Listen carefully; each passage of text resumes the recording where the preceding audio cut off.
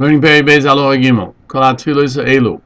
All of these immersions, Rakadation, and also the washing of the hands and feet, Kulam B'Mikdosh. So let's go down to the Peirush, meaning within the Azara. Shenemaz, it says, V'rochatz b'sor b'mayim b'mokim kodesh. He has to wash his physical body in water, which means immersing in a mikveh, mokim kodesh, in a holy place.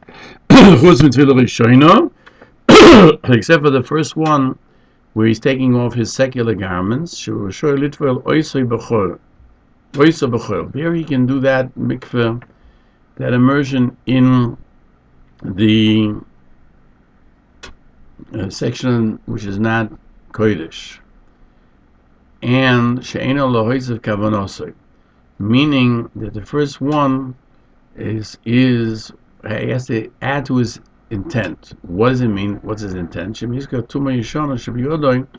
that any person or any kohen who came to do the avoid, and any person actually, if he somehow forgot that he was tomei, we went to the mikveh just to make sure that it will separate from mimenu, it will separate from him in this tefillah zu lishmo, when he does a lishmo.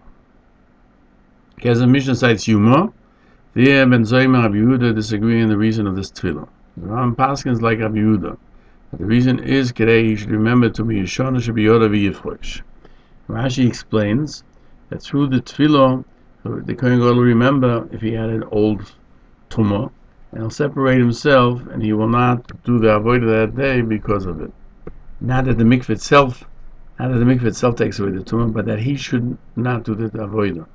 That's because if you travel the same day, you can't do kochim that same day that you travel. Siach Yitzchak infers from the language of the Rambam, and he didn't explain like Rashi, because he says it should go off from him lishmo, that it means that he just has to have a special intent. In other words, he has to do it even if he went to the mikveh. There's a mikveh. It's a rabbinical idea that one should prepare himself for the avodah, and now he's doing it for the service, for the Beis Hamikdash. This is also the intent of the Rambam in this tefillah. Lishmo. What does lishmo mean? For the purpose designated. L'shem shamayim. Even the Rambam will admit that if he remembered that he was tomei, he can't go into the Beis Hamikdash, he can't do the avodah. But he just says that this one is to change from the secular garments to the golden garments. There's no obligation minat Torah, because the obligation of immersion minat Torah is only changing from garment to garment, and that's the reason, and that's how Rashi explains that there's no obligation minat Torah. On the page, and the Gemara 32b, Rashi writes that the tefillah rishona is not minat Torah. The Mishnah says, however, that the first one is also d'oraisa. V'chein kol kohen shloi tovel, and so is the rule of any kohen that didn't go immerse bein godin legodim, between garment and garments, or shloi kiddush bein beged lebeged, where he didn't wash his hands between changing of garments, bein avodah la'avodah, and or between service and service. Because the only obligation is here because of the change of garments, and it says a special posuk that between garments we learned that you have to go to immerse, and twice before you take off the garments according to the Rambam, and after you put on the new garments, that's when you wash your hands. And there's a question, Yuma 30b, it says that he has to go to the mikveh and to sanctify his hands and feet with changing of garments, and he doesn't mention between service to service. There's questions where he has his source. Ramami Pano, in his answers on the 10 questions, explains the Rambam's obligation between service and service. He means between the service that's done with the garments of gold and the other garments of white. And secondly, that after he wears the garments of white or the golden garments, he has to then wash his hands after he put them on. And also after he finished the all the service in the Beis HaMikdash. Before he takes off the golden garments to wear his secular garments, he has to wash his hands and feet.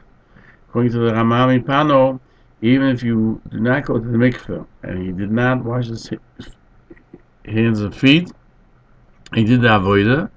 After the fact, it's kosher because none of these are items that it says chukah, then you're obligated to do, otherwise the service is negated, and therefore, if after the fact he forgot to do it, it's all right. Now, why do you have to do it in the Azara? Why does it have to be washing the Avodah Zarah? The hands and feet is not only in Yom Kippur, it's all year, because the Kohen goes to do the service, he has to wash his hands and feet from the kior. That's why it says, "Tell Bnei Aaron, you make a special washing place."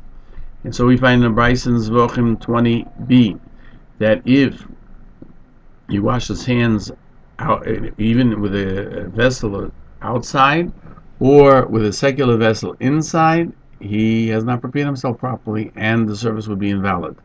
And the Rambam codifies this halacha in Beis HaMikdash, coming into the Mikdash.